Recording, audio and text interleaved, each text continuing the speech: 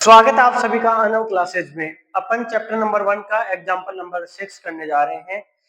इस एग्जांपल को मैंने हाफ लिखा है बोर्ड पे और हाफ मैं आपको वर्बली बोल के समझाऊंगा कि क्या बोलना चाह रहा है। तो आधे क्वेश्चन को अपन समझते हैं। देखिए क्वेश्चन क्या बोल रहा है। क्वेश्चन अपने पास ये बोल रहा है कि let R be the relation define in the set A is equal to this, ठीक है, by R is equal to A comma B, both A and B are either odd or even. या तो वो क्या है, odd है, या फिर वो इवन है। तो बोल रहा है so that R is equivalence relation. तो आर क्या है, अपने पास एक इक्विवेलेंस रिलेशन है। ये अपने को क्या करना है, शो करना है। तो देखिए कैसे शो करेंगे। सबसे पहले अगर इक्विवेलेंस रिलेशन, इसका मतलब रिफ्लेक्सिव भी है, सिमेट्रिक भी है और ट्रांजिटिव भी है। या तो क्या हो, ए कोमा बी, या तो क्या हो, ओड हो, या फिर क्या हो, इवन हो। दोनों में से कुछ ना कुछ होना चाहिए। अब मुझे ये बताइए, अगर मैं यहां से कोई भी नंबर ले लेता हूं, समझना क्या ले लेता हूं, रिफ्लेक्सिव के लिए मुझे ये बताइए, रिफ्लेक्सिव रिफ्लेक्सिव अगर मैं प्रूव करना हूं, रिफ्लेक्सिव की डेफिनेशन होती है कि ए कोमा ए बिलोंग करे आर में। किसमें बिलोंग करे, आर में, यानी कि रिलेशन में। खुद का रिलेशन खुद के साथ होना चाहिए। अब मैं कोई भी अगर नंबर यहां से लेता हूं, समझ रहा मेरा, अगर कोई भी नंबर में क्या लेता हूं, यहां से लेता हूं, इसमें से, उसमें या तो नंबर इवन होगा या फिर क्या होगा, ओड। अगर मैंने नंबर लिया यहाँ पे, एक को इवन लिया तो दूसरा भी इवन आएगा, या मैंने ओड लिया तो दूसरा भी क्या आएगा, ओड आएगा। या तो इवन आएगा या फिर क्या आएगा, ओड आएगा। इसका मतलब ये हमेशा सेटिस्फाई करेगा। ये क्या हो जाएगा, रिफ्लेक्सिव होगा। बोलने का मतलब सिंपल सा है, सिंपल सी बात बोल रहा है कि ए कोमा बी रिलेशन में आएंगे। कब आएंगे, जब बोथ ए एंड बी क्या हो, इधर या तो ओड हो या फिर इवन हो। अगर मैंने यहाँ ओड लिया तो यहाँ ओड आ जाएगा, या इवन लिया तो यहाँ इवन आएगा। इसका मतलब क्या होगा, ये क्या होगा, रिफ्लेक्सिव होगा। नंबर सेकंड पे ही सिमेट्रिक चेक करना है।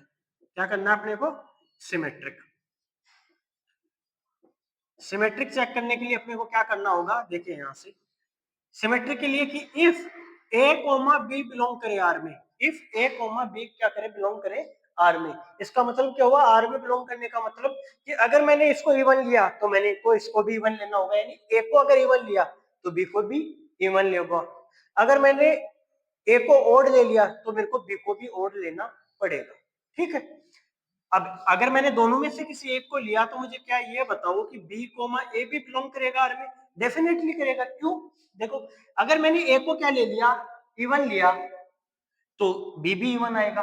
तो क्या मुझे यहाँ के, अगर मैं बी को पहले लिख दूं और ए को बाद में लिखूंगा तो उससे डिफरेंस थोड़ी आएगा, नहीं आएगा, वो भी तो इवन ही रहेंगे। अगर मैंने इसको ओड ले लिया तो बी भी ओड लेना होगा, तभी तो रिलेशन में आएगा। तो मैं बी को पहले लिख दूं और ए को बाद में लिख दूं तो उससे इवन ओड में कोई चेंज थोड़ी आता है, नहीं आता। इसका मतलब सिमेट्रिक भी होगा। नंबर थर्ड देखिए, नंबर थर्ड है ट्रांजिटिव। क्या प्रूव करना है, ट्रांजिटिव प्रूव करना है।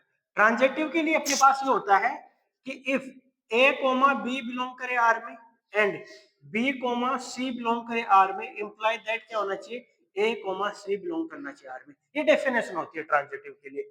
अब इसमें देखिए, अगर ए को मैंने इवन लिया, देखना समझना, मैंने ए को मैंने इवन लिया तो मेरे को बी को भी इवन लेना होगा, डेफिनेटली लेना होगा। अगर मैंने बी को यहाँ पे इवन ले लिया तभी तो ये रिलेशन में आएगा ना। अब बी मेरे इवन आ गया तो मेरे को यहाँ बी को तो, ये तो फिक्स हो गया इवन आएगा। इसका मतलब मेरे को रिलेशन में आने के लिए सी को भी इवन ही लेना होगा। तो ए भी इवन है, बी भी इवन है, और यहाँ बी भी इवन है, तो डेफिनेटली सी भी इवन लेना होगा तभी। इफ ये हो उसके बाद उसकी बात अपन करते हैं। तो अब मुझे ये बताइए, अगर सब इवन है तो ए और सी भी तो इवन हुए, इसका मतलब ये भी क्या आएंगे, रिलेशन में आएंगे। और अगर ओड हुआ तो मान लो ए को मैंने ओड लिया तो रिलेशन में आने के लिए बी को मेरे को इफ को सेटिस्फाई करने के लिए, यानी पहले ये होना चाहिए, तो मेरे को बी को भी ओड लेना होगा। मैंने ए भी ओड ले लिया, बी भी ओड ले लिया। अब बी यहाँ ओड हो गया तो डेफिनेटली सी भी ओड ही आएगा, तभी रिलेशन में आएगा। यानी कि सारे ओड हो गए। अब सारे ओड हो गए, इसका मतलब ए और सी भी क्या आएगा, ओड होगा। इसका मतलब ये भी क्या आएगा, रिलेशन में आएगा। इसका मतलब ट्रांजिटिव भी हो गया, रिफ्लेक्सिव भी हो गया, सिमेट्रिक भी हो गया और ट्रांजिटिव भी हो गया। इसका मतलब ये क्या हो गया, इक्विवेलेंस रिलेशन हो गया।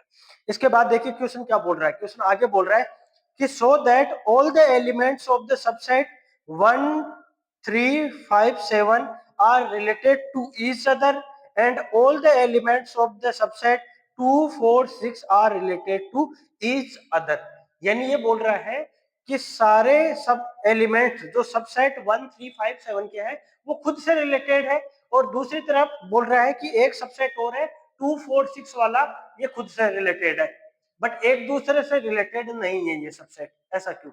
देखिए एक सबसेट में सारे कौन से नंबर लिखे हुए हैं, ओड नंबर लिखे हुए हैं, और दूसरे में कौन से नंबर लिखे हुए हैं, इवन नंबर लिखे हुए हैं, यानी कि एक सबसेट मैंने बनाया वो ओड नंबर का बनाया, इस वजह से ओड नंबर है सब में, इस वजह से वो एक दूसरे से रिलेटेड है। दूसरी तरफ अपन ने बनाया वो इवन नंबर का सबसेट बनाया, इस वजह से वो एक दूसरे से क्या है, रिलेटेड है।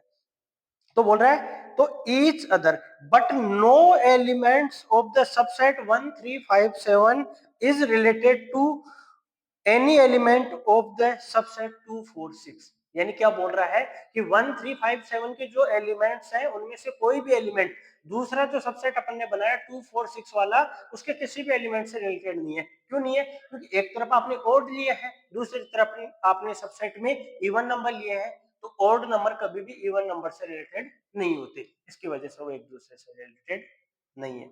आई थिंक मैंने वर्बली इस चीज को बहुत अच्छे से आपको समझाया है। इसके बाद भी अगर कोई डाउट है तो कमेंट सेक्शन में आप डेफिनेटली पूछिए, वहां मैं आपका क्वेश्चन का जवाब दूंगा। Thank you everyone.